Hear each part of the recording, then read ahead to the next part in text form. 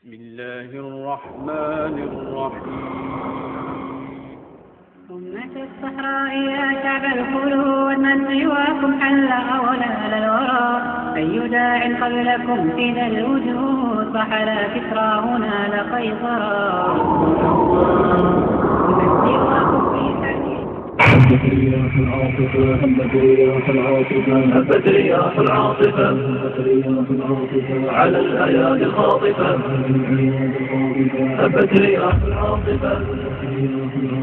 على الأيادي الخاطفة واقتلعت جذورها مع السيول الجارفة واقتلعت جذورها مع السيول الجارفة اليوم ويل من بغى اليوم ذل من طغى اليوم ويل من بغى اليوم ذل من طغى اليوم يوم الانتقام الرجيم. بسم الله الرحمن الرحيم. الحمد لله رب العالمين، والصلاة والسلام على أشرف الأنبياء والمرسلين نبينا محمد وعلى آله وأصحابه أجمعين. فإن أصدق الحديث كلام الله، وخير الهدي هدي محمد صلى الله عليه وسلم، وشر الأمور محدثاتها، فإن كل محدثة بدعة، وكل بدعة ضلالة، وكل ضلالة في النار. أما بعد، فقال المؤلف رحمه الله تعالى: اعلم أرشدك الله لطاعته إن الحنيفية ملة إبراهيم أن تعبد الله وحده مخلصا له الدين، وبذلك أمر الله جميع الناس وخلقهم لها.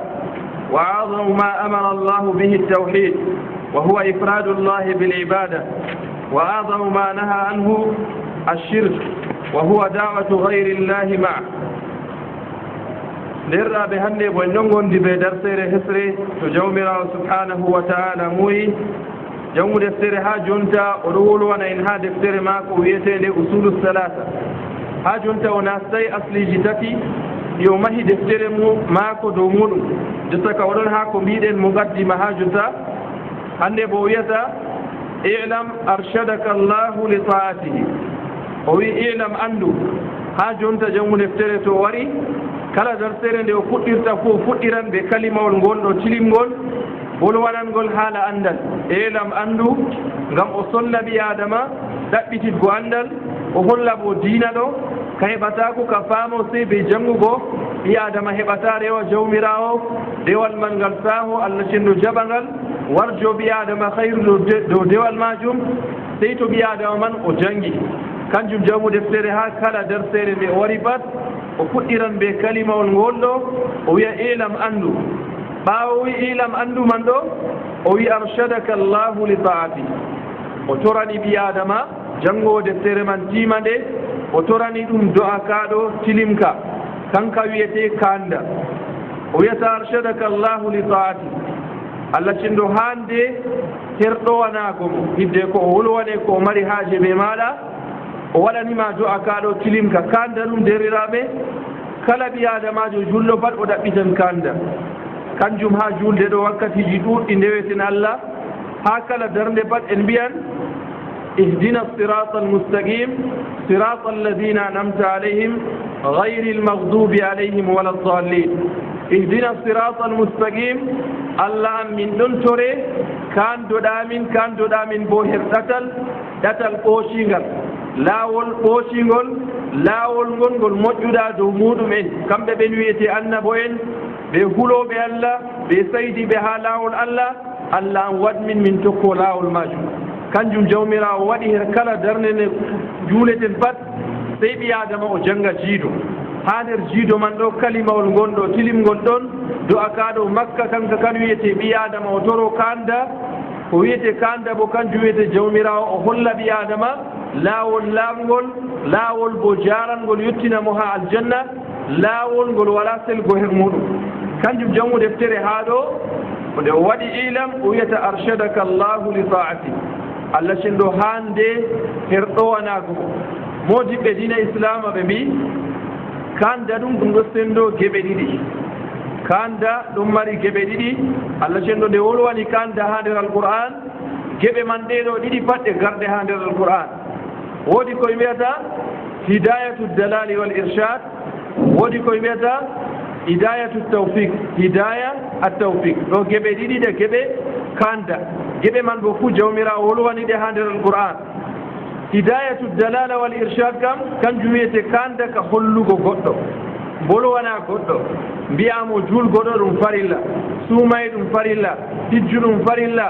wolwanamo dow tawhidi rensinamo shirku ɗo ɗum yeɓre arande kayre nden wiyete hidayatu dalala wal irshad kanda kandoɗa goɗɗo amma ɓe wolwango mo hollamo sonnamo huugo kuugal ɓadinangal mo ha Allah e mbi yeɓre nde ɗo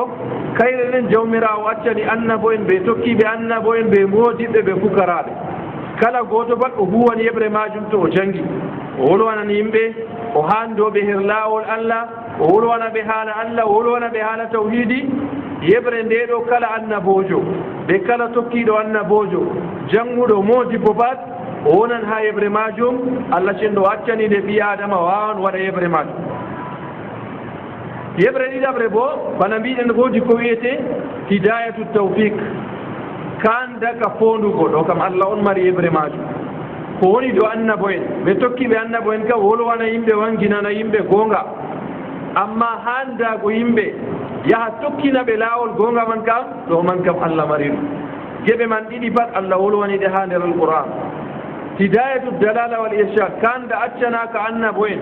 ɓe tokkiɓe annabo en ɓe mbawan ɓe gaɗa ɗum ɓe bolwana yimɓe ɗo Allah wolwani ɗum ha ragare suratu shura jawmirawo wiyata wa innaka la tahdi ila siratin mustaqim Allah cenɗo ɗo wolwana annabijo sallllahu alayhi wa sallama o wiyata ya muhammadu an o aɗon han dow her ɗatal ɓooshingal modiɓɓe mbi hidaya ka jawmirawo wolwani haɗo innaka la tahdi yeɓre nde jawmirawo wolwani haɗo ɗo yeɓre arande kayre wiyete hidayatu addalala wal irshad kanda ka ɓi adama o daro o wolwana yimɓe amma yeɓre ɗiɗaɓre nde mbiɗen hidayatu tawfiq fonda goɗɗo han dow mo hollamo laawol gonga man o tokkoɗo tokkingomo gonga man kam Allah mari ɗum annabijo sallllahu alayhi wa sallama nde bappaño maako abou talib kanum man ɗo wari maaya wari ihtidar annabijo habdi ɓe maako wiyamo ya bappa am wi kalimawol la ilaha illallah mi settane ɓe kalimawol man ɗo yeeso Allah annabijo ɗo haɓa ɓe maako e noon oɗo abou jahal ko nandi e maɓɓe ɓe hefeɓe makka bo ɗon mbiyamo an ɗo kam a mayanta dow tana dina abdoulmoutalib ni non noon derkejo oɗo nga waddanima dina kaɗo nguura dow maka duuɓi nden gurtoɗa acca dina majum annabijo wolwanamo ɓe mo bolwanamo haara gare majum o wi ala millati abdoulmoutalib o maayi dow dina abdoulmoutalib kanjum wiyete rewgo labbi annabijo sunori ɓe majum ɗum suni annabijo jawmirawo jibbini ayaje aya man kan wiyata innaka la tahdi man ahbabta walakinna allaha yahdi man yasha ya muhammadu an a handata ko mo muyɗa handako amma Allah on handotomo o muri handako modi ɓe mbi kanda ka Allah wolwani ha aya kaɗo kanka kan wiyete hidayatu tawfiq kanda ka fondugo goɗɗo tokkoɗo ko Allah mari ɗum amma wolwango yimɓe findidina yimɓe ɗum man kam ɗum accana ɗum annabo en ɗum accana ɗum tokkiɓe annabo en warɓe ɓaawo annabo en ɓe bolwan ɓe findidina yimɓe amma tokkingo yimɓe laawol gonga kam ɗum kam wala marɗo ɗum sey jawmirawo subhanahu wa taala kanjum jawmu deftere o wolwani haala kanda haɗo derɗiraɓe julɓe kala wakkatiyel pat ɓi adama sey o toro jawmirawo han dow mo her laawol ngol gonga e o tororo ɗum bo ɓe ɓernde yankininde ɓe hakkilo bo wondugo ɓe jawmirawo o woytata ɗo ɗumen ɗon juula toroɗen Allah ihdina sirata al mustaqim Allah han damin ɗatal bo ɓoocingal amma ɓerɗe yimɓe gonata dow laawol kandaman modiɓɓe mbi ha ɗo man foti wakkati yimɓe man ɓe toroto ha ndego man ɗo ɓe toraki jawmirawo ɓe ɓernde marnde yankugo kanjum mbi adama o toro Allah kanda kala nde o juuli bat kala nde o feri fuu kanjum mbi adama o wiya Allah yinam gonga riskam tokkago gonga Allah mi yinam fewre e riskam bo luncitago fewre kala wakkati el bat ɓi adama o toro Allah tabititgo annabijo sallllahu alayhi wa sallama o laatake kala wakkati el pat oɗo toro ɗum derɗaɓe ya muqallibal qulub sabbit qulubana ala taatik ya Allah gaylito ɓerɗe ɓiɓɓe adama en waylitaɗe warya hadis ɓerɗe ɓiɓɓe adama en ɗon hakkude kooli jawmirawo o waylita ɓerɗe man to o muuyi waylititgoɗe annabi jo dottoro Allah am gaylito ɓerɗe ɓiɓɓe adama en firlita ɗe Allah am sabbit qulubana ala taati sabitin ɓerɗe amin dow ɗowanhago ma annabijo ma ɗottoro ɗum o seeday o ɗottoro ɗum ha o mayna enen en ɓuran margo haaji maɗum ngam ɓi adama to o handama ɗatal ɓoocingal o handama ɗowanago jawmirawo subhanahu wa taala o tinake her duniya be her alakhira o lattake o ɓi adamajo gaɓɗo sakko ma to ɗum lattake ha ragare zaman ngam annabijo sallllahu alayhi wa sallam o kolluɗo ha hadiseji ɗuɗɗi ha ragare zamanu ɗo dinaji feere feere mbangoyen wakkatiyel man ɗo ɓi adama o ɓurata margo haaje torago kanda o toro jawmirawo han dow mo wartiramo dow laawol ngol gonga e noon to o laatake o yeddan Allah o toro Allah cenɗo hoynanamo dow kuugal ngal o huwata ngal ɗo wartiramo dow kanda dow ɗatal ɓoocingal ngam jawmirawo subhanahu wa taala o yewti ha nder deftere maako teddude o wolwani en haala kanda o wiyata wa anna hada sirati mustaqiman fattabi'uhu wa la tattabi'u subula fatafarraqa bikum an sabili Allah cenɗo wiyata annabi juuya yimɓe nda ɗo woni ɗatal am laawol Allah kam ɓoocingol ngol lelaaki jawmirawo wi yimɓe tokko laawol man ta tokko laabi sakko ma laabi kanji manɗi erna ɓiɓɓe adama kanjum jawmu deftere o wolwi haa ɗo o ilam anndu arshadaka Allahu Allah haa ndeeli da'atihi haa ɗowanago mo kalimawol man ɗon ngol famɗayi ɓi adama foti o wi'a ɗume haaje waddugo do aman do aman ɗo ka makka nder rawo ngam to a handama haɗatal ɓoocingal haa ɗowanago Allah kam an on wiyete ɓi adamajo tiniɗo e mballitoroɗa ɓe do'a bo Allah cenɗo tabitine dow ɗowanago Allah ha jaha yiidoya ɓe jawmirawo subhanahu wa taala ngam ɓi adama kanum to ɗon wuura ha gurdam ɗam duniya ɗo wala yaakeji ɗi jaratamo yaakeji goɗɗi caɗele goɗɗe jalanmo jarriboje goɗɗe jalanmo ɗum pat jawmirawo jippinta ɗum sey ɓi adama wallitoroɓe do'a luttugo dow ɗatal ɓoocingal ko to woodi jarriboje goɗɗe ngari jippi dow maako bo Allah tabitinamo dow kanda ka o woni man ta o sotta kanko man kosgal maako tasta o sotta dow laawol ɓoocingol man ɗo kanjum ɓi adama kanko man o toro kanda en ɗottoro jawmirawo subhanahu wa taala kanko man o riska en torago kanda majum e o riska en tokkago sunna annabijo sallllahu alayhi wa sallam jawmu deftere nde o waddi ɗo man o wiyata inna alhanifiyata millatu ibrahim inna alhanifiyata andu diina miilika modi ɓe mbi ko woni hanifiya huwa almaylu an shirk kanjum wiyete ɓi adama o miilo acca shirku kanjum wiyete hanifiya ɓe mbiya fulan hanif ko woni mana hanif man ɗo ɓi adama miiliɗo acci hunde hanafa ani tariq to goɗɗo oɗo yaha laawol o miilake ɓe mbiyan ha luga arabiya hanafa o miilake o acci laawol ko jawmu deftere nufi ha ɗo derɗaɓe hanifiya ɗo ɗum inde diina ko woni hanifiya ɗo diina kan miili ka acci shirku bi mana ka ɗon yaha ka yaali ha laawol ma ka ɗo ka tawi ko wiyete hawtango Allah ka luuti hawtango Allah man ka sotti dow laawol man ka tokki ɗatal ɓoocinga kanjum ha ɗo wiyata inna alhanifiyata diina miilika accani hawtango Allah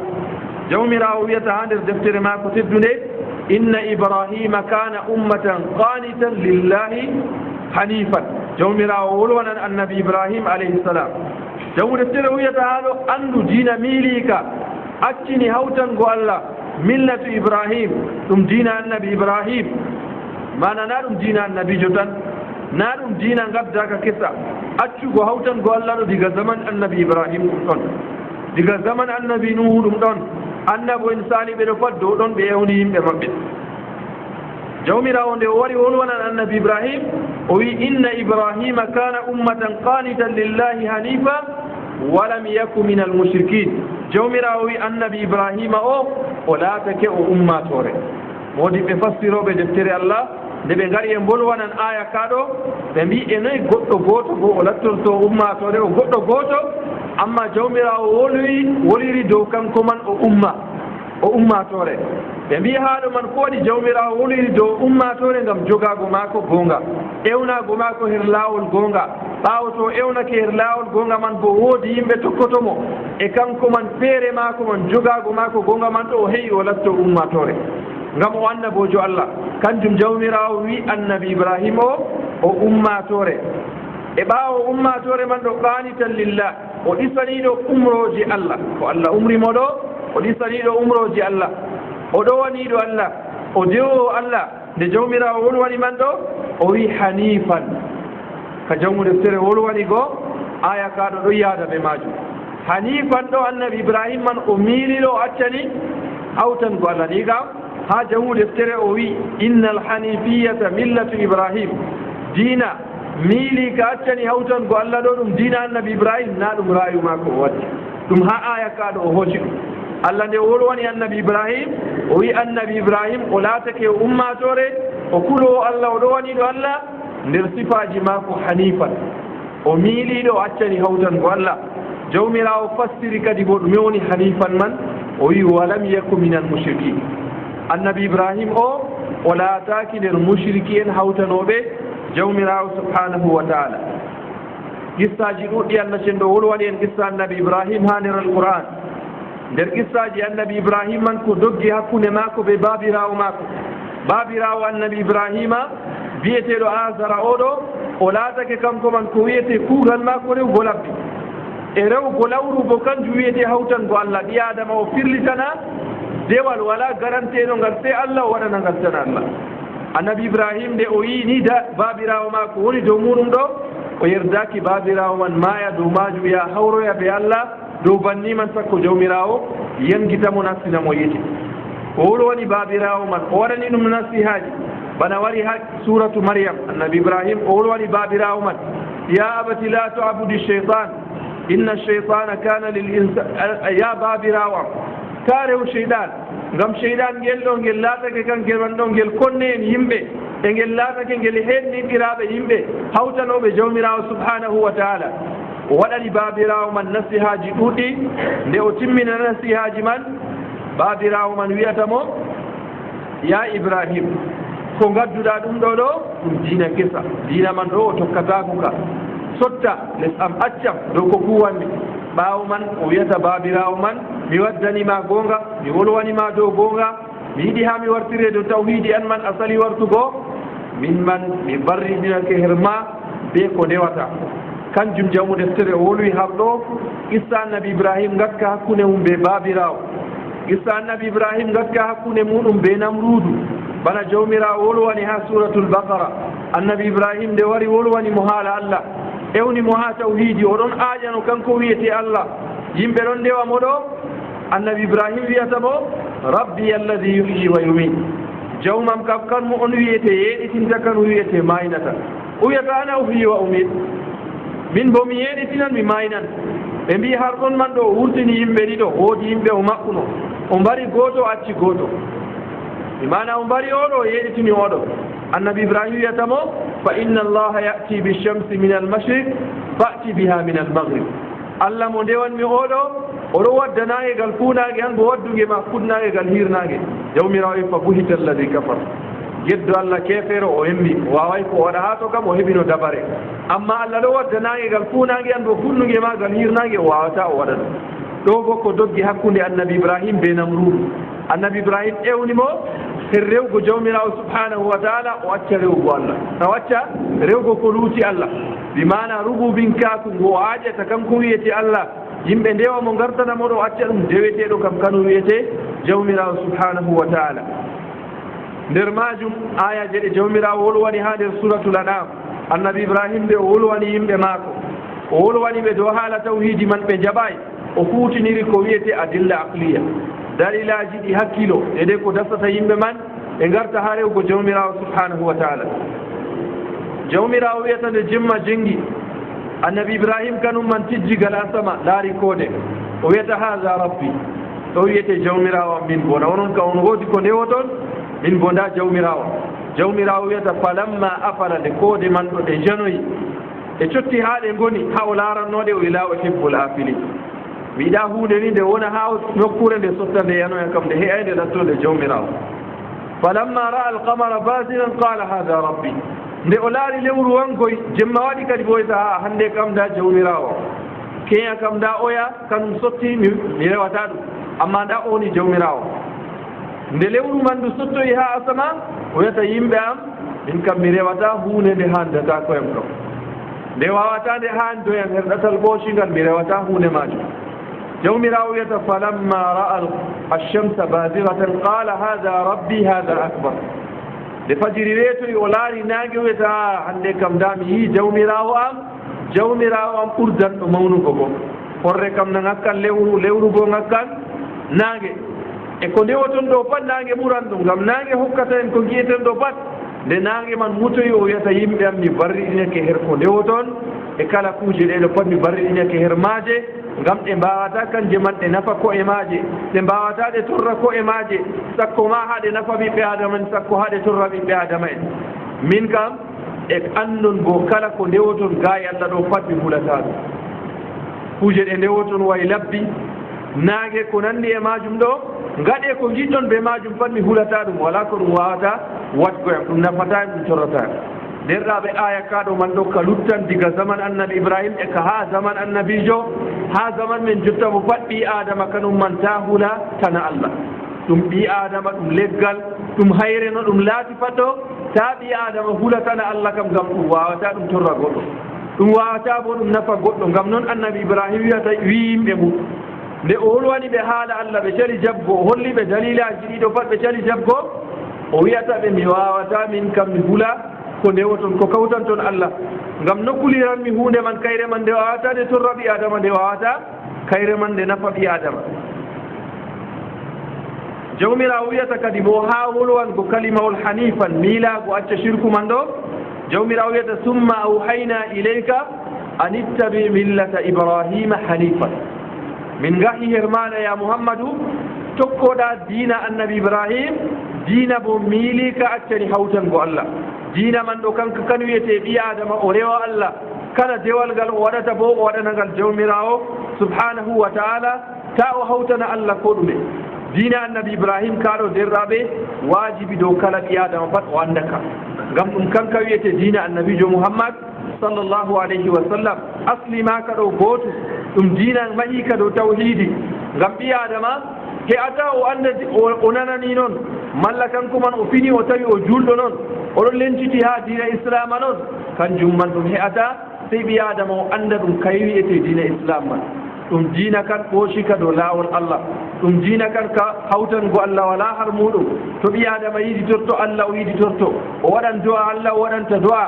e noon kala kuuɗe ɗe o huwata ɗo pat Allah o waɗanta ɗe o firlitantaɗe tana Allah o yahata o toroyo ɓi adama bana maako waɗanamo haaje ngam wala kumtowo haaje sey Allah ɓi adama man fotan o mayɗo o geeto fuu dagata ko toroɗamo e to o laftake kanko man o mayɗoma tulli hallugo kadi ngam ha nokkure o woni nder hawrire maako ɗo kanko on ɓurata margo haaje her meɗen dininta enen na enen marata haaje ha mayɗo annabijo sallllahu alayhi wa sallama o wiyata ɗuɗɗine yillago kawrije ngam yillago kawrije ɗo kanjum man ɗum siftinora noon alakhira ni kam yillago kawrije ɗo kanjum man ɓi adama yillo ngam o siftora alakhira ɗum waɗanamo waasu o yillo kawrije ngam o waɗana yimɓe waaliɓe ha gida mutuman ɗo do'a na o yillo kawrije ngam o rewa yimɓe waaliɓe ha kawrije man na o yillo kawrije ngam o ɗaɓɓitira yimɓe wonɓe ha kawrije man ɗon kumtanamo haaje maako ɗum man kam fuu ɗum dagatako ngam diina annabi ibrahim ɓe diina annabijo sallllahu alayhi wa sallama ɗum diina ka tawhidi na ɗum diina hawtango Allah ɗum diina ɓoocika ɗum diina laabka amma soyne famgo diina man nde woni ha julɓe diina yimɓe janngata diina islam man famaka ɗo yimɓe kanum en man ngaɗi ndi'ra ko wiyete selgo acca laawol ngol gonga jahilare nde sankiti ha yimɓe ha warti jotta gam heefere ɓe tana julɓe ɓe gonay nder diina islama ɗo warti julɓe ɓen ɗokkaɗa ɓe nastugo islam julɓe ɓen ɗokkaɗa ɓe silmugo ɗo ɓe kuuɗe muɗum ngam to a ƴawi ɓe ɗume waɗi on cilmata ngam ɓe ɗo paami islam ɗo ɗum diina pratique ɗo noon woni asli ko woni pratique ha diina islama ɗo ndewa Allah cuumoɗa kijja e noon naafa dokka sadaka ɗo woni pratique ha islam kam amma kalimawol pratique man ɗo ɓe ɗo famringol ɓi adama o pratique a ɗo o mara mallumjo maako ɗon to ɗum kaaɗo to ɗum julɗo ko nandi e majum huwanamo malla bo hirsanatana Allah o doggitiratana Allah to woodi haaje kanko man huunde kasare o doggitirtande Allah to woodi ko waadimo ɓe waane o yaha o siiro ɗum malla waane man ɗo kanum man ɗo ɓe ɗo keddi haa luumo boutique ji man ɓe ɗo keddi kanum man filan o filata o yaha mallum en kuwanamo guude en kuwanamo goɗɗo man warta kanum man nafata kanjum heeferɓe ɓe gonayi nder islam ɗo ɓe ɗo paami ɗo woni islam ko woni islam kam kuwa goɗɗo lattoɗa buudejo ko woni islam an man kuudaɓe mallum en ko woni islam kirsana tana allah ko woni islam giditoroɗa tana allah ɓe ɗo paami banni woni islam kamɓe bo noon ɓe ngoni kanjum ɓe mbiya aɗo kana wara ko sirli islam man be amin hamin ngoni man bo minin bo min ngoodi kuuɗe irin ɗeɗo man ɗume haaje min nastata islam derɗaɓe ta en bonnoon silama ngam to yimɓe bonni islama ɗo zunuba man ɗo ka haatata dow goɗɗo bonnuɗo tan ka moɓan ummatore pat ngam ummatore ɗon haɗira yimɓe ɓe gonayi nder islam nastugo islam be irin gikkuji ɗiɗo kanjum diina annabi ibrahim kaɗo ɗo yimɓe jangaka paamaka ɗum kay wiyete diina annabi ibrahim o wi ɗum diina kan miilika accani hawtango jawmirawo subhanahu wa taala kalimawol haa ɗo waddi milla ngam o wi inna alhanifiyata milla milla ɗo ko woni maana muɗum diina diina ɗon mari inɗe jour diina ɗon mari inɗe jour diina ɓe mbiyan ɗum addin bana mbiyeten ɗum ɓe fulfulde en mbiyan ɗum diina diina ɓe mbiyan ɗum milla ɗo bo nder inɗe diina a foti mbiya millatu ibrahim foti mbiya diinu ibrahim ɗo pat nder inɗe diina nder inɗe diina kadi bo woodi koye mbiyata nihla bo nder inɗe diina foti mbiya nihla fulan nder inɗe diina ni kam diina ɗon mari inɗe juur a wiyan diina addin a wiyan diina man ɗo milla a wiyan diina man nihla bana gadduɗen e kalimawol diina man hoore muɗum gonɗo bo gonɗon mari manaji juur na diina ɗo kanum man ɗum din tan din ɓe ɗon mbiya ɗum barjeeki mana man waran dow warjago na dow diina tan bana jawmirawo wiyata maliki yawmiddin marɗo ñalaade barjeeki diina haa ɗo wonay mana muɗum diina ka annduɗen ka ndewreten allah diina kadi bo ɗon wara mana mum dow al islam pat ɗum diina ni kam kalimawol milla ɗo mana magol din ko luuti milla man bo woodi ko wiyete nihla woodi ko wiyete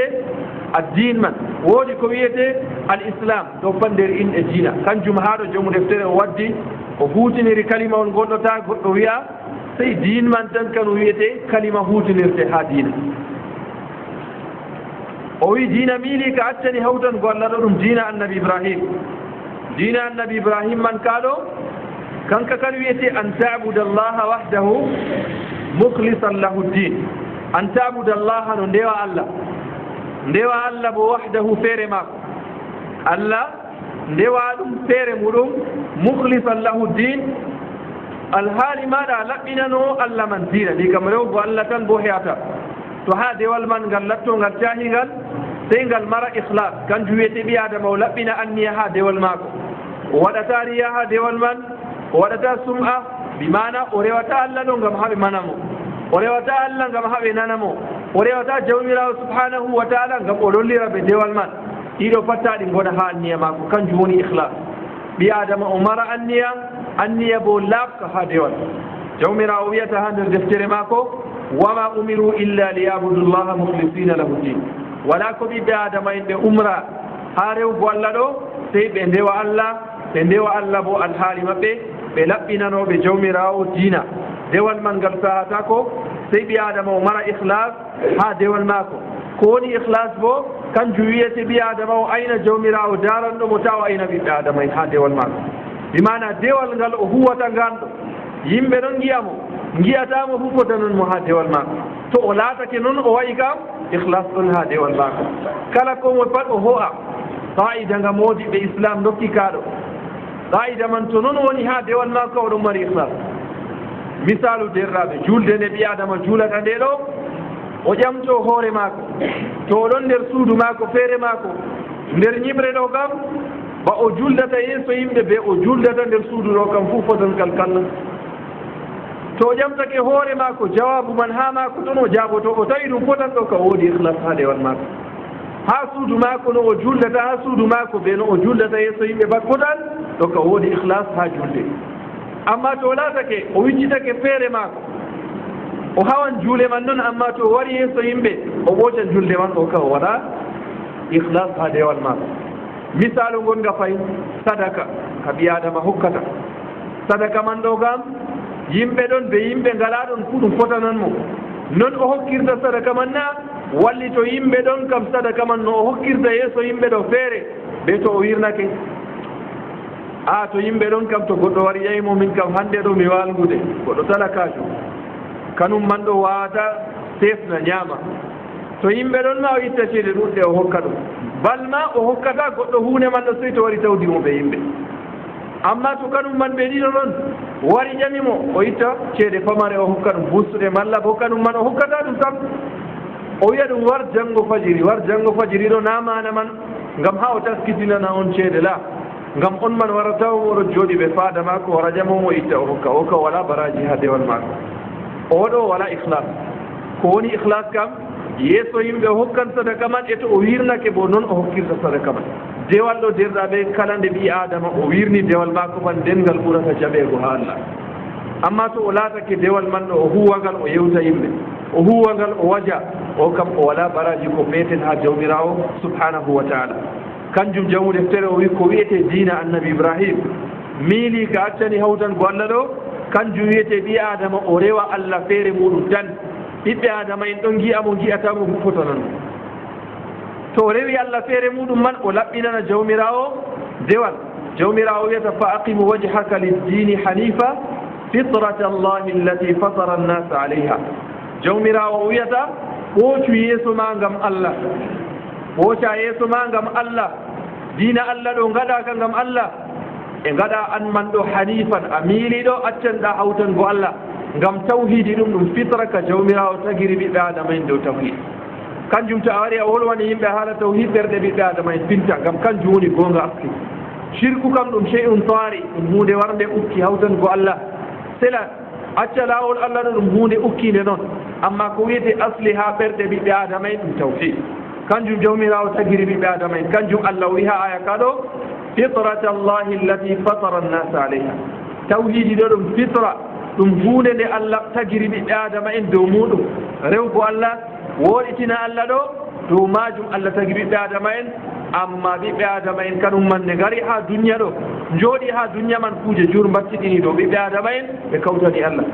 kanjum wari ha hadisul qudusi jawmirawo subhanahu wa ta'ala o wiyata halaktu ibadi hunafa mi tagi jeyaɓe am ɗo ɓe miiliɓe ɓe accani hawtango Allah asli maɓɓe ɓe tagama dow laawol laamgol dow tawhidi fajtalathum shayatin cheyɗanuji ngari miilini ɓe cottini ɓe dow laawol ngol laamgol tawhidi go kanum en man miilini ɓe kanum en man ɗo gartiri ɓe dow hawtango jawmirawo subhanahu wa taala kanjum derraɓe ɓi adama o lorto o ƴamto hoore maako oɗon andi diina annabi ibrahim na oɗon andi diina annabijo mouhammadou na to andi diina annabi ibrahim man kaɗo kam kanko man ɗo oɗo hutinira diina man na to ɗiɗo man ɗiɗi kanji man ɗi kawti o andi diina annabi ibrahim man o faami ka kanjum wiyete ɓi adama o rewa Allah ta o hawtana Allah e noon kuuɗe maako gongonina to wari o rewan Allah man ɗo kam kuuɗe ɗe huwata bo Allah tan o waɗantana to ɗum ɗo man ɗum hawti ha dewal maako o tinake o anda bo jawmirawo kanum man warjoto fitinaji gadɗi ɗiɗo faddirɗaɓe ha ummatore fitinaji feere feere Allah cenɗo jarri bo en ɓe ñawji Allah jarri bo en ɓe woodaji Allah jarri bo en ɓe ɓillaji ɗum ɗo pat ko waɗi ɗum ɗo soyde famgo diina annabi ibrahim soyde huutinirgo diina annabi ibrahim soyde huutinirgo diina annabijo mouhammad sallllahu alayhi wa sallam ɓillaji ɗi gonduɗen ha luuɓe meɗen ɓillaji ɗi gonduɗen ha nder gure meɗen ɗum ɗo pat ko waɗi ɗum ɗo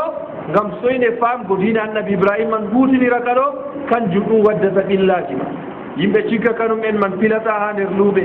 yimɓe cinka woodaji ɗo man ɗo to en lottake en gaddan misaluji ɗo en tawan soyde famgo diina annabi ibrahim soyde huutinirgo diina annabi ibrahim ɗo kanjum waɗi yimɓe man ngala barkaji ha filuji nder misaluji man ɗo derraɓe goɗɗo kanko man o sinka o filata filu maako ɗo yaata yeeso yimɓe ngara jooɗo luumo ni noon mbeeta cankito ɗum ɗo man ɗo ko waɗi ɗum o liŋata hoore maako hidde o wara luumo ɗo en ɗon gadda tum woodi mallumjo maako o joɗini buudejo kanum o yaata ha mum sey to hokkimo huunde ayininde kasare nde ɗo to moccana ndiyam to noyi fuu hokkamo o yara hidde ko wara lumo wiya waɗanimo do'a noyi fildata derɗam julɗo fajirare ma a maɓɓitiri ɗum ɓe shirkugaɗo a miilake acci dina annabi ibrahim haa ɗo manni a sotti dow tawhidi sottugo dow tawhidi man ɗo ɗum sottugo dow dina annabi ibrahim sottugo dow dina annabijo muhammad sallllahu alayhi wa sallam nder sottugo dow dina annabi ibrahim ko moluɗen haa boniɗe meɗen caaliɗe haa yimɓe kuuɗata haa luuɓe man tun yimɓe ɗo cirodira caka muɗum waane ɗo yiɗa o yaha yeeso gañani ɗon haa maako ɗume waɗi bo ngam on man filan tan wala ko waɗi ɓe o yaha haa buudejo huwanamo ɓe ciro on man malla ma warta filata malla bo hunde nde jogi man ɗo timma malla bo yaage feere siri man haa ngayaga torroye ɗum haa ɓanndu muɗum haa iyalu muɗum malla bo wurto wuro acca wuro noyi luuɓe man jarata yeeso derral wala no luuɓe jara yeeso nde yimɓe mbika ɗum en man estan allah bo nder majum man noon yimɓe kaɓɓa dow borɗe noyi haɓugo dow borɗe kay dow no yimɓe ngoni man ɗon mbiya cendateede kanum en man cenda hasbaraji tasba gaɗen istigfaru ha juluɗe janngina alquran wala no jawmirawo sangira en inna allaha la yugayiru ma bi qawmin hatta yugayiru ma bi anfusihim allah sanjata ko woni ha yimɓe sey to yimɓe man canji ko woni ha ko'e maɓɓe ɗum ɗo ɗo en ɗon mbalori ɗum en ɗo cuddi ɗum en canjata ɗum gaɗen sadakaji no giɗɗen pat tasben no giɗɗen pat gaɗen istigfaru no giɗɗen fuu allah sanjata en ngam ko waɗi man ɗo hakke allah manga manga jawmirawo tagiri asamanji be lesdi kanga man nga yeɓama ha lesdi kanjum ɗum wiyete dina annabi ibrahim to en giɗi ha jawmirawo saña en kam lortoɗen darten koye meɗen tawhidi meɗen ɗo laɓɓinen ɗum shirku ngaɗo daytoɗen nga nden jawmirawo subhanahu wa taala sañjata en ngam to tawhidi ngaɗo kanga man nga laaɓay hoorejum ma ɗum laaɓay kam derraɓe luttuɗum kam wala kanjum man no ɗum laaɓra ɓi adama kanko man o lorto o sañja hoore maako o larto kuuɗe ɗe o huwata ɗeɗo tawhidi ngaɗo hakkude maako ɓe allah nga ɗon laaɓina to nga laaɓay o lorto o laɓɓitina goɗɗo kanum man tawa kanum man ɗo ɗon fila duumo maako ɗon yaha jawmirawo kanum man ɗo jarribo mo warta filugo yahata yeeso yimɓe ngara ha maako mbiya duniya hannde ɗo sey torano ɓe ɓaara ɓe inde torano alhaali bo na ɗum torano duniya hannde sey torano malla ma o yaha buudejo mbiɗen malla bo ko tullata hallugo ɗo buudejo man wona keefeero fay kuudanɗo ɓe kuli o dilla ha muɗum kanum man ɗo huwanamo to huwanimo jawmirawo jarribomo kadi bo filugo finta kanum man ɗo yaha yeeso o wiya kay jonta nen woni kuugal ɗo yaha yeeso woɓɓe nder yimɓe bo kanum en man ɓiliri keɓal muɗum ɗo ɓe photoji goɗɗo waɗa keɓal maako ɗo heɓata ko sey to o ɓili photo goɗɗo walojo kasajo ha boutique maako malla bo ha mobilette maako malla bo ha saare maako woɓɓe kam gaɗi ɗum ha cuuɗi mum derraɓe ko yimɓe gi'ani gite muɗum goɗɗo wara o weƴƴita tabire maako yeeso photo goɗɗo ɗon dari har ɗon o juulata har ɗon o tasbata har ɗon o janngata alqur'an har ɗon o waɗata dewe maako fuu to fajiri weeti o yahi luumo o filay bo wiya kay luuɓe hannde ɗo ɗo ɓilli doole luuɓe ɓillo derirawo julɗo ngam ɗum ɗo gaɗɗa ɗum kam wala no filda wala no barka wona ha filuma filuji man to haaɗi mara barka ɗo sey yimɓe lorto kanum en man laɓɓina tawhidi muɗum hakkunde muɗum be allah janga dina annabi ibrahim kaɗo dina annabijo kanka kan wiyete ɓi adama o rewa allah to rewi jawmirawo o laɓɓinana allah diina ta o hawtana allah shirku ko feetel ha dewal maako jawmu deftere o wi wa bidhalika amara allahu jamia annas wa halaqahum laha o wi wa bidhalika ɓe bolowa ɗum ɗum bimana ismul ishara kanum wiyete bidhalika man ɗo ɗon lorto ɓe mbi ha an tabuda allaha wahdahu mukhlisan lahu din ndewa allah feere muɗum laɓɓinana allah diina ɗo kanjum allah umri mofgal ɓiɓɓe adama en ismul ishara man huuci ha ko saali ko wolwana ɗum ɗo shaali ɗum ɗo kanjum allah umri mofgal ɓiɓɓe adama en fuu wa halaqahum laha e ngam majum allah tagi ɓiɓɓe adama en ɓiɓɓe adama en ndewa allah laɓɓinanamo diina ɗo kanjum allah tagri ɓiɓɓe adama en jawmirawo wiyata ha nder deftere maako wama halaqtu ljinna wal insa illa liyabudun aya kaɗo e noon janga ka tum jawmirawo wiyata mi tagayi ɓiɓɓe adama en be ginnaji sey ngam ɗum rewammi kanjum allah waddiri en ha dow duña ɗo ko woni rewgo allah bo ko woɗitinam dewe ɗe kuweten ɗo pat kuwanen ɗe jawmirawo subhanahu wa taala allah timmitini ha ayaji man wiyata ma uridu minhum min risqin wama uridu an yut'imun mi wuyayi mi yiɗay her ɓiɓɓe adama en ɗo risque bi mana mi wadday ɓe ha duña ɗo ngam ɓe niskanmi emi wadday ɓe ha duña bo ngam ɓe ñamnanmi ko gaddirmi ɓe ha duña kam ngam ɓe ndewanmi ɓe gooɗitinananmi dewal kanjum jamu deftere wiyata rewgo Allah woɗitina ɗum laɓɓinana ɗum dewal ɗo ngam majum Allah tagiri ɓiɓɓe adama en kanjum Allah umri ɓiɓɓe adama en fuu kanjum annabo en bo pat ƴewni yimɓe her muɗum ya qawmi ibudullaha ma lakum min ilahin gayru hey yimɓe am ndewe Allah wala na on deweteɗo ko luuti Allah ko woni rewgo Allah bo kala dewal ngal kuwataɗo pat goɗitina Allah her magal ta gaɗa shirku no shirku kam fuu famɗiri fuu ha dewal man ko waɗi en peecinta haala shirku ngam jawmu deftere o waddan haala shirku ha ko tammi wargoɗo o hollan en ko woni shirku o hollan en ko woni tawhidi o waddanan en dalila dow majum to en jottake ha majum en bolwanan haala shirku be geɓe muɗum en bolwanan haala himmiɗinago tawhidi Allah cenɗo wiyata ya ayyuha nnasu ubudu rabbakum hey onon ɓiɓɓe adama en ndewe jawmirawo moɗon imana wala deweteɗo ko luuti Allah a rewata leggal a rewata ɓi adama a firritanta ɗum dewal ɗum ɗo pat ɗum nafatama ɗum torratama derram julɗo nafowo torrowo kam kanko wiyete goto noon kanjum wiyete jawmirawo subhanahu wa taala o neldi annabo ngam annabo en man ɗo ngara koƴa ɓerɗe ɓiɓɓe adama en ɗilotirɗe ɓe tana Allah ɗo ngartira ɓerɗe man ha Allah piɓira ɓerɗe man be Allah kala dewal ngal ummaniɗa fuu Allah kanjum Allah wiyata ha ɗo he onon ɓiɓɓe adama en ndewe Allah ndewon Allah bo kanko on wiyete taɓɗo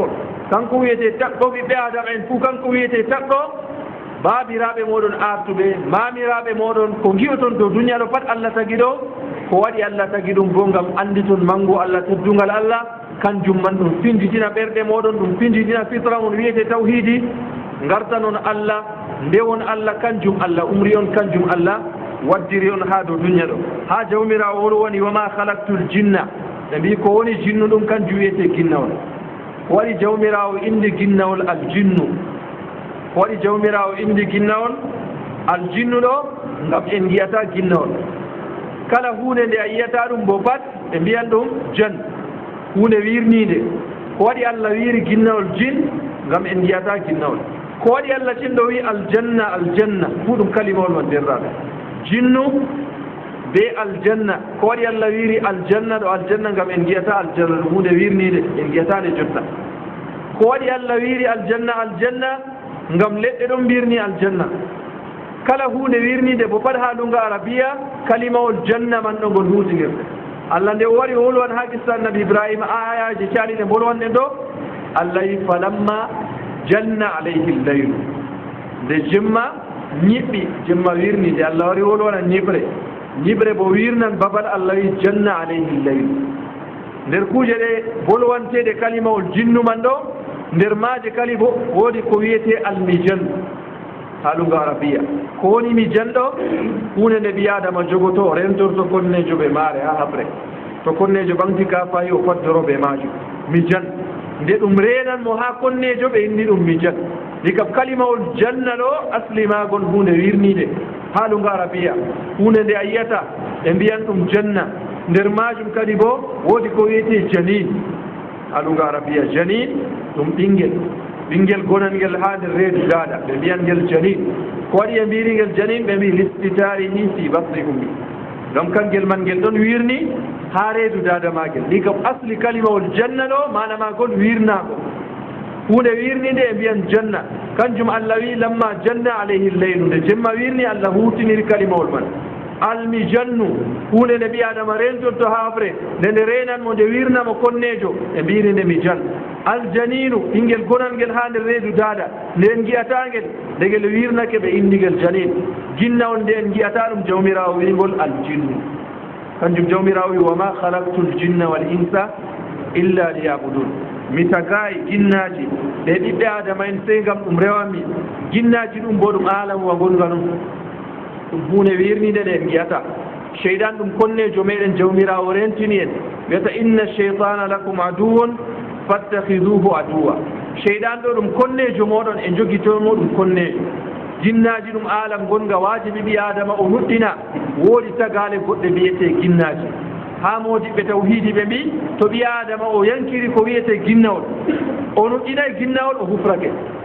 o wurtake diina islam ko waɗi o wurtake diina islam ngam alqur'an tabitini woodi tagadi wiyete ginnawol sunna annabijo tabitini woodi tagaɗi wiyete ginnawol nden o wara o wiya kan ka o nuɗɗinayi ko wiyete ginnawol to o nuɗɗinayni o hufrake ɓi adama sey o nuɗɗina ko wiyete ginnaji ɗum ɗon bana jawmirawo wiyata ɗum ɗon yiya en her en giyata ɗum kanjum ɓe zurriya majum ginnawol ɗum ɗum tagaɗi ɗum yaalino annabijo sallllahu alayhi wa sallama annabijo ɗon naafa jemma wiyama ha batnu nahla nde kanko man o ummi ha lesdi taif ginnaji man ɗi jaalimo oɗon naafa ha nokkure majum nde oɗon naafa ɗi gari ɗi jonjotiri ba jawmirawo wi kaadu yakununa alayhi libatan ginnaji man hakke ɗi jonjotiri ɗo allah nandidini ɗi ɓe daɗɗaje lare takkotirɗe haɗi ɓadi ɗi nesi ɗi do'o do annabijo sallllahu alayhi wa sallam nde ɗi nani alqur'an ɗi kuuci ha yimɓe maji ɗi mbiyata min nuɗɗini min nani boliɗe jippiɗe dow goɗɗo bana boliɗe jippinoɗe dow annabi moussa alayhi salam ɗi tokki annabijo sallllahu alayhi wa sallam ni kam jinnaji man ɗiɗo bo ɗi umraɗi ɗi ɗo wano jawmirawo bana enen umraɗe ndewen allah goɗitinen allah ɗo jinnaji man ɗi umraɗi ɗi goɗitina jawmirawo subhanahu wa taala nder ginnaji a tawan julɗiɗo nder ginnaji muminiji tokkiɗi dina annabijo nder ginnaji a tawan keefeeri ɗi tokkaki dina annabijo nder ginnaji a tawan julɗi amma ɗi goɗay dow laawol goonga ɗi ernan ɓiɓɓe adama en kanjum woni kuugal maaji ɗi geddan allah bana ɓiɓɓe adama en geddirta allah ɗum ɗo man pat ɗon nder ginnaji ɓiɓɓe adama en sipinta tagadi ɗiɗo bo ndi ɗon ɓiɓɓe adama en ɗon gurda ɓe maari annabijo sallllahu alayhi wa sallama o hokki en balmol dede no ndentortoɗen sarri ginnaji ɗiɗo man ɓe moltago lorto waɗa askarji garɗi ha sunna annabijo sallllahu alayhi wa sallama waɗa askaruji man ɗuɗɗina nafilaji toro jawmirawo ɗuɗɗina dewe ɗo ɗo pat ɗum laabi denanɗi ɓi adama ha ginnaji ɗiɗo man ɗi o wawata o yiya ɗum nder moƴƴere allah allah nde o tagi hunde nde en giyata hunde man nde torran en allah o waɗani en woodi laabi ɗi kutinirten ha ɗi ndena en sarri kuje ɗeɗo man allah wiyata wal insa min tagi ɓiɓɓe adama en ɓe mbi ɓi adama indama insan ko waɗi jawmirawo wimo insan ɗo li annahu fi tabiatihi yu'anisu gayrahu ko waɗi jawmirawo wi ɓi adama insan ngam ɓi adama wowotiran ɓe tanam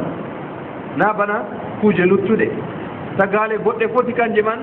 ɗe nastidirta ɓe hunde kasake amma ɓi adama nde nastidiran ɓe laral bana muɗum kanjum jawmirawo no insan mu'anasa ɗo ko woni asli man ha ɗunga arabiya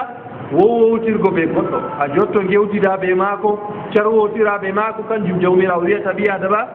insan allah tagi ginnaji ɓe ɓiɓɓe adama en ɓiɓɓe adama en ngam gara ndewa jawmirawo subhanahu wa taala goɗitinamo kanjum o tagi yimɓe kanjum o umri yimɓe ɗo wiyete dammuɗum derraɓe to jawmirawo muuyi en jokkan luttuɗum dartere man ha darteje meɗen garanɗe subhanaka allahumma wa bihamdik nashhadu an la ilaha illa anta nastahfiruka wa natubu ileyk wassalamu aleykum wa rahmatullahi wa barakatuh a asaweje caaliɗe derrawo ƴamino ko laaranigal wuttudu windugo suurawol yusuf goɗɗo windagol yara ɓi adama windagol yara en annda no fayeji waɗoɓe ɗum kam foti goɗɗo waɗa ɗum masalan ɓe mbiya ngam ngol hokkan laamu goɗɗo to windi suurawol yusuf kanum man yari kanum man ɗo laamoto ngam annabi yusuf laamake woɓɓe fof mboɗori suratu yusuf ɓe mbi kay ta ɓaɗa suratu yusuf kam ta janngugol ta windu yer ko nanndi e majum ngam to a janngi suratu yusuf ni subani soje garankoje ngam annabi yusuf kanum o maɓɓama ha dangay laabi ɗiɗo man ɗiɗi pat ɗi gonayi dow sawab ɗi gonayi kanji man ɗo dow laawol gonga windugo ngol yara wala ha tawa asli bindiɗo wala ha ɗum tawa annabijo sallllahu alayhi wa sallam o windayi o yari sahaba en ɓe mbindayi ɓe jari e noon luttuɓe nder taabi'en kanum en man bo mbindayi jari sey ha yoga wari ha yoga luure woɗɓe nder moodiɓɓe ɓe mbi to bindi bindaɗi man kanji man ɗi lattake ɗum inde allah ɓi adama o windi ayatal kursi masalan o windi falaki o windi naasi kanjum man kam dagoto o winda ɗum o yara ɗum na walli dagata ko woɗɓe nder moodiɓɓe tawhidi ɓe mbi haɗo man luural feƴƴingal hakkunde sahaba en annabijo sallllahu alayhi wa sallam woodi yoga sahaba en kanum en man dagni ɗum yoga sahaba en kanum en man ɗo kolli kanjum man ɗum biɗɗa ɗum waɗatake ngam annabijo kanum man huway e ko wiyete dammuɗum man kam kanjum man ɗum biɗɗa ɗo wiyete konngol caahigol ngam konngol annabijo kanum man ɗo to waray annabijo o huwi hunde kasare ko ɓi adama moy kanko man o huwinde kayre man nde lattata ko ɗum sunna hunde nde ɓe luuray ha muɗum ɓi adama to huwinde kayre man ɗum shirkugal ba windugo kuuje man sanan katum meje ko nandi e muɗum winda ɗum yara kanjum man kam ɗum shirku hawtango jawmirawo subhanahu wa taala e noon wala ha tawa bo ɓi adama kanko man ɗo o janngata suratu yusuf to jangi alqur'an o yaani yusuf ni o diwa ɗum ngam to o jangi yusuf o nastan dangay kanjum man tawaka ayaji allah ɓe hadiseji annabijo kam kanjum waddata moƴƴere kanjum waddata barka na kanjum lowata ɓi adama kanum man ɗo ha dangay ko nandi e maɗum ɓi adama o jangan suratu yusuf o jangagol bana tana magol ha suraji alqur'an ɗo en kowata surawol kasawol ɗo mbiyen kutiniren ngol sey to en keɓi dalila ɗo majum surawol bagara ɗo ko waɗi mbiɗen jangen ngol ngam hadiseji ngari dow magol ngol renan goɗɗo suraji goɗɗi bo ɗon ha nder alqur'an bana qul huwa kankol man ɓi adama jangan ngol annabi jowi taadilu sulus alqur'an ngol fotan be tataɓel alqur'an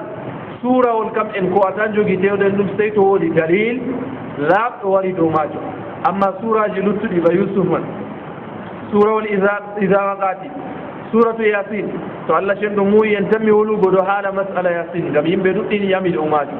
woodi hadiseji garɗi dow yasin e noon kanji man dina larantaɗi en tan mi feecingo ɗo majum ha darseje tan miɗe wargo dammuɗum man tan surawol yusuf windata to yari goɗɗo o jangagol ba o jangirta ba o jangirta alqur'anɗumoro jawmirawo kanum man fooɗa en o luska en nan ko han fof ɓurata wondu a haala man assalamu aleykum أرقني البعد أيا أمي والنار بجوفي تكوي يرتد الصوت فلا مر